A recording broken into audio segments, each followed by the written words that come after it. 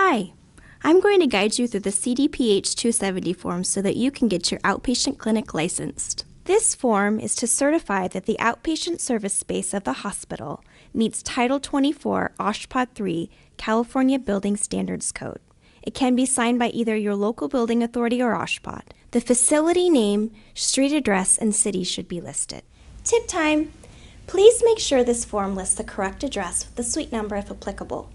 It's surprising how often the address doesn't match the other forms submitted in the application packet. For the type of facility section, please mark the box listed Outpatient Clinic Services of a hospital. The bottom of the form is where the building authority's information should be listed. The form will not be accepted if it is not signed and dated by your local building authority or OSHPD. This form is used when construction occurs in an off-site outpatient clinic or when there is a change of function of the space.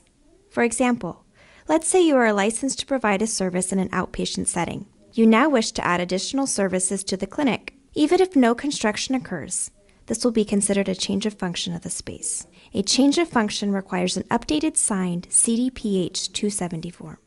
Tip time!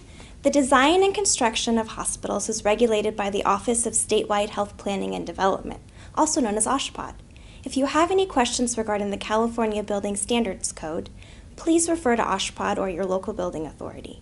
If you have any questions about what this form is certifying in regards to outpatient space, the codes are listed on the bottom of the form. Thank you for taking your time to understand more about the CDPH 270 form.